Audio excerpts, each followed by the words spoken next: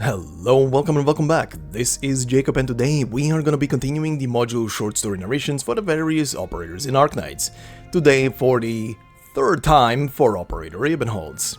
Yes, you heard that correctly, this is the third module and module short story for this very operator. A bit of an anomaly, that is true, but we're gonna check out the short story first as always, and then see what the module does for the operator later. And also considering this is his third and hopefully final one, we're gonna do a bit of a review and comparison between the three modules at the very end today. And also for those of you who have missed the short stories of the first two modules, the links to those videos are provided in the description of this very video at the very top or down below in the pinned comment in the comment section below. But for now, let's check out our third module and its short story. The module and the short story are titled Lineage of Decay, and this is how it goes. Are you that attached to this place? Sunlight streams in through the window, glass filtering it clean of its warmth, turning it as frigid and dry as the panes. This parlor is just as I remember it, not very big. The only difference is, the mold is ever ranker now, isn't it? Ebenholz spaces through the deserted parlor. The expensive furnishings that once filled it have now either been stolen to sell by retainers fleeing the spire, or simply left behind due to their sheer value. He spies that someone tried to move the excessively large piano, but gave up for whatever reason. Their attempt having left a visible scratch on the floorboards. Comical and loathsome. The walls are thick with dust and mildew, no longer showing any sign of the patterns beneath. The only familiar sight is the fireplace, sunk into the wall. The timber's ashes lie under a fresher layer of grime, but they're still there in the heart, just as Ebenholz had left them. It's been a long while since you left, and no one's lit the fireplace in the meantime, hence the dust and rot. That's been the story of this room, yes, ever since you left. Ebenholz approaches the fireplace. He can still almost remember how it used to burn. There was a fire here, there was warmth. Now, though, it is an ugly yawning chasm, and all he finds in its maw is darkness. Ebenholz lifts a hand to brush away the stale air and refresh himself, if only for a moment. Will that even help? 5 seconds, 10, and the foul air will fill your nostrils once more. Ebenholz draws his wand. The originium dice float, circling in a steady orbit, letting off light and heat. Of course you could do that. Raise a gust of wind, summon a ball of fire. Those are simple feats for you. They can blow away the dust, burn off the rot. You've tried such before. You've seen some results.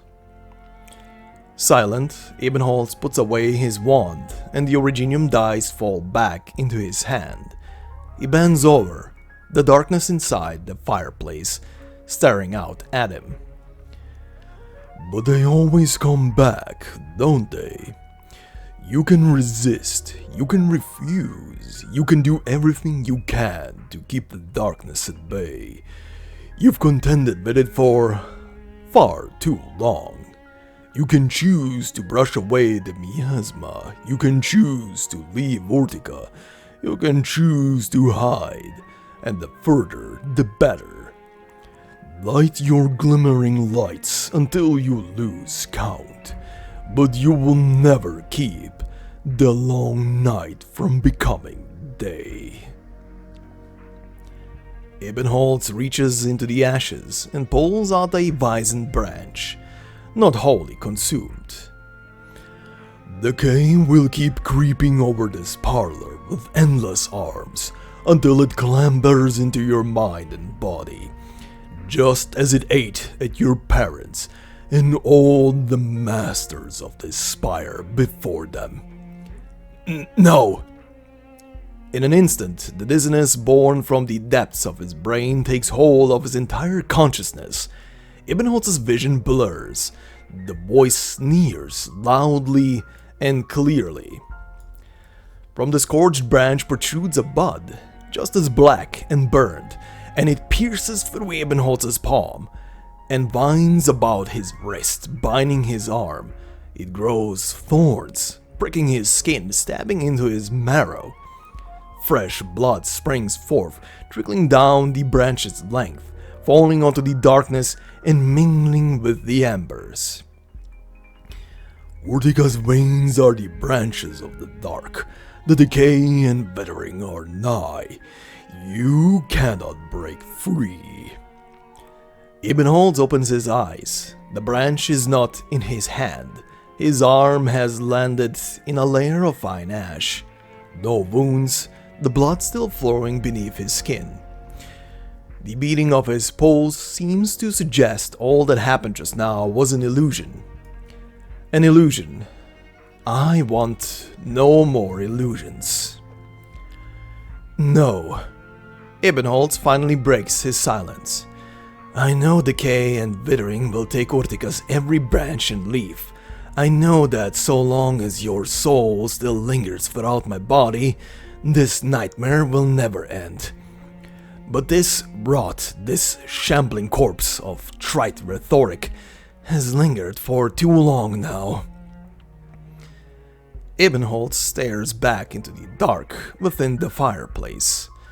The charred branch lies upon the embers there, stained with fresh blood, permeating the black soil.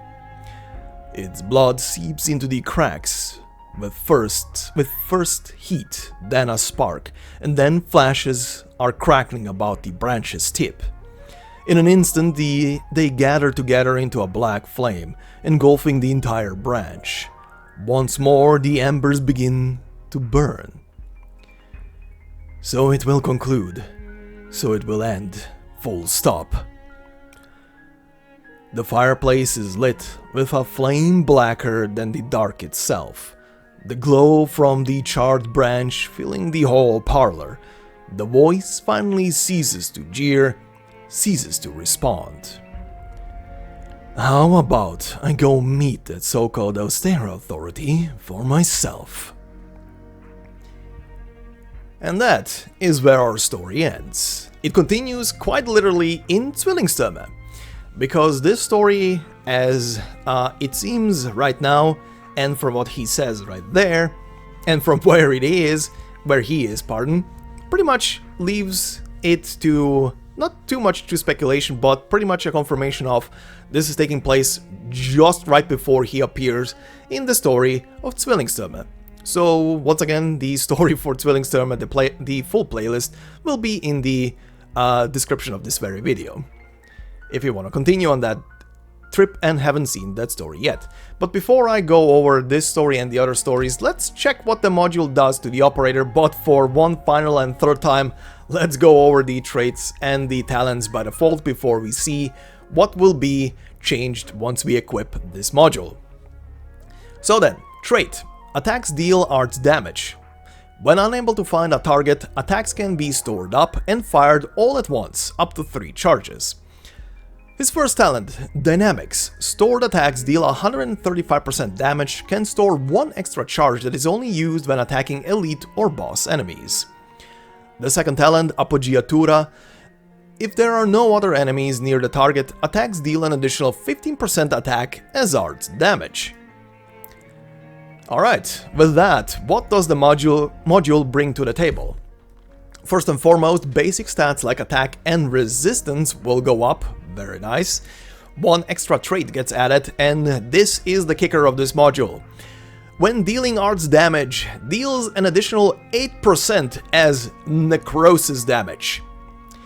Yes, necrosis damage, something that is more akin to ritualist operators, is now part of this mystic operator. But what is necrosis damage? It says explodes when at max, 1000 for normal and elite enemies, 2000 for leaders. It inflicts 50% enfeeble that gradually recovers and deals 800 elemental damage per second, the cooldown being 15 seconds on that. What is enfeeble? Reduces the target's attack by the corresponding amount, only the strongest effect with this name applies, aka the corresponding amount being 50%, aka the target's attack value is literally cut in half.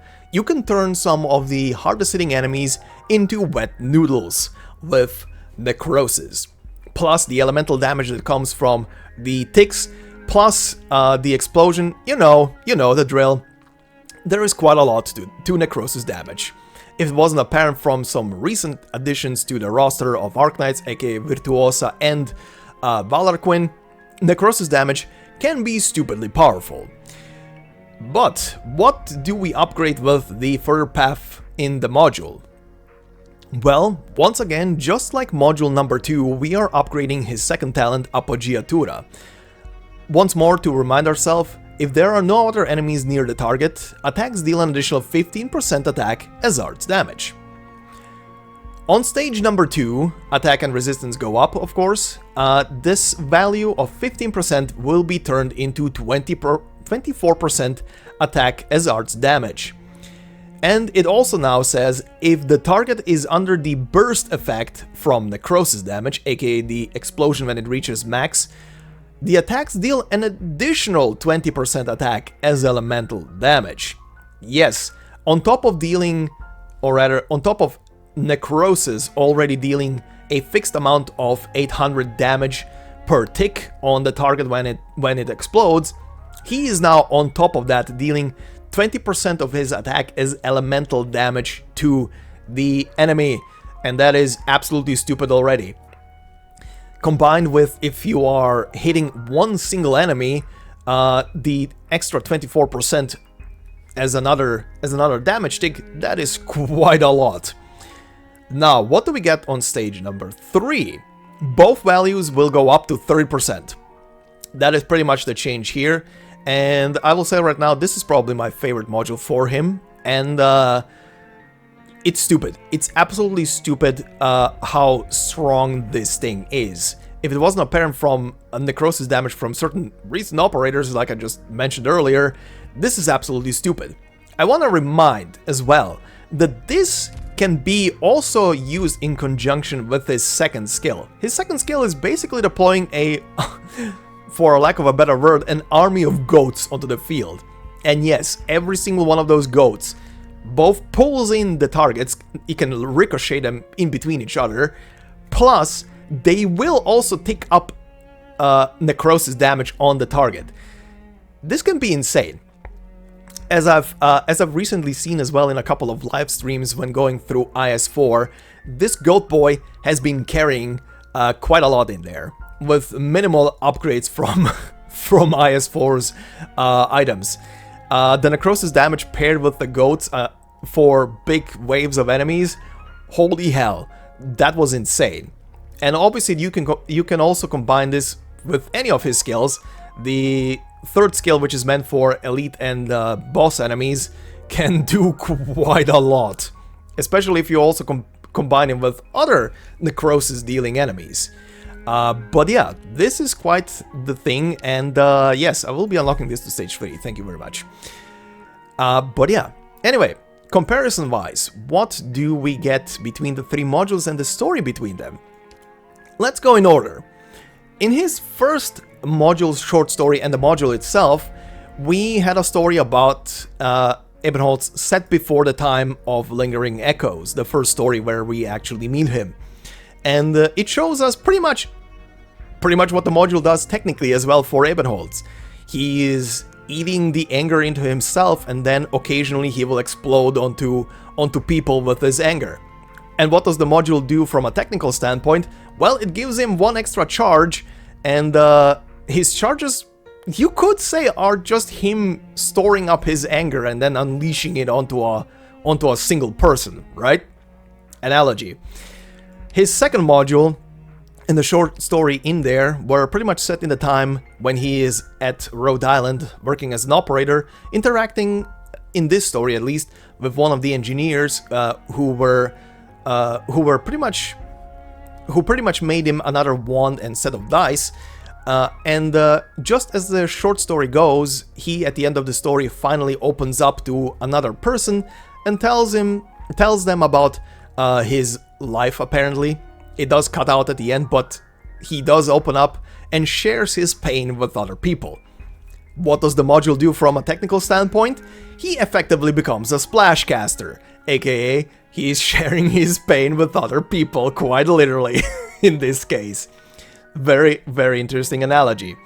This third one, however, is a bit of... I'm not gonna go into too much details, because this path that the module short story will set him on is connected to not to Lingering Echoes, but to Tvillingstone, so I will not spoil the story there, because it carries over essentially into there, and it will be more explained into in that story, so I will leave it to you guys to see how that goes for Ebenholz. But there are parallels here, at least in the story, talking about the inner decay and rot, necrosis essentially, stuff rotting away and eating away at someone, and dealing with it.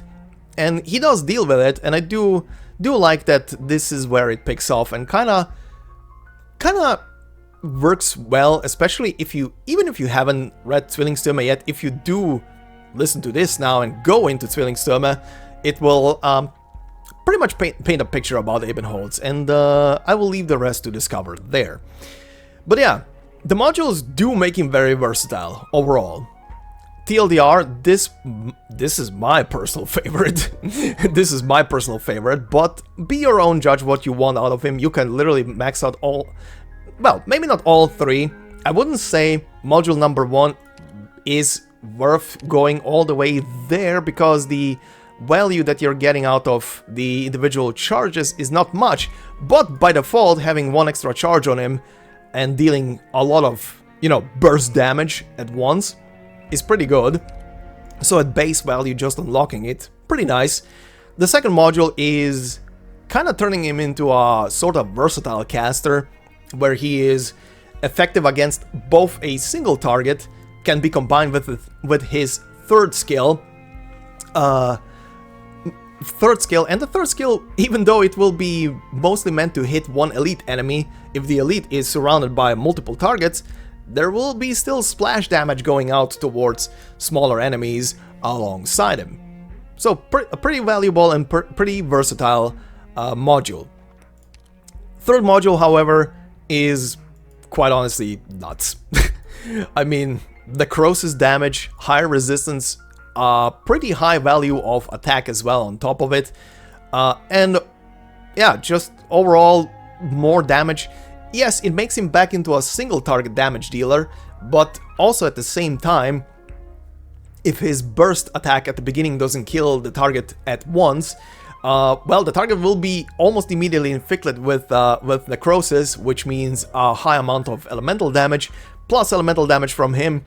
Plus, like I said, this can work both with any of the skills, but if you're dealing with large groups of enemies, the goats will go nuts. As I've discovered in IS4, the goats will be absolutely insane. But yeah, anyway, that is it for Ebenholz and all of his modules and the short stories. And yeah, all I can say is thank you very much for listening and watching this video. Please, if you liked it, consider leaving a like on it. It would help me out a lot and mean a lot to me. If you're new to the channel, consider subscribing. There's a whole playlist of these module short stories and other stuff, narrated, voice acted, and so on and so forth. And of course, if you wanna be supportive even more, there are various memberships on the channel. And as always, no video will be behind a membership. It is literally just there to support me and my work and the channel itself more directly. Thank you very much. I hope you have a fantastic day wherever you are, and I will see you in the next one. Until then, bye bye.